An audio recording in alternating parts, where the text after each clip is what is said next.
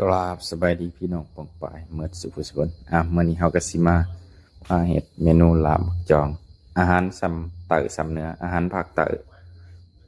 อันก่อนอื่นเฮาก็เกียมเครื่องบ่ว่าสิเป็นมะเขือมะเขือซีนปอกซีนปลาเป็นหอยหลายเสื้อหลายอย่างแล้วก็มาผสมเข้ากันเริ่มจากมะขั่วหอยลวก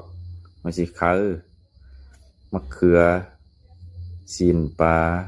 มะแข้งหวานมะเขือเครื่องมะกลิ้นใหม่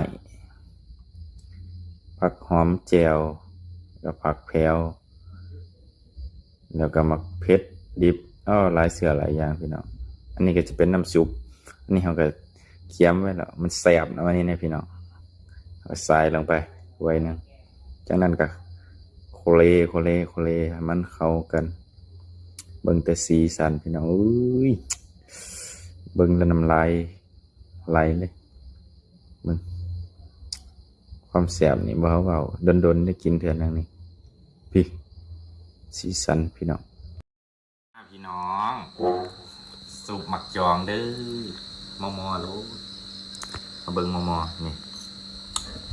ตอนเน้นๆไปลงป่ามาใส่มือครับ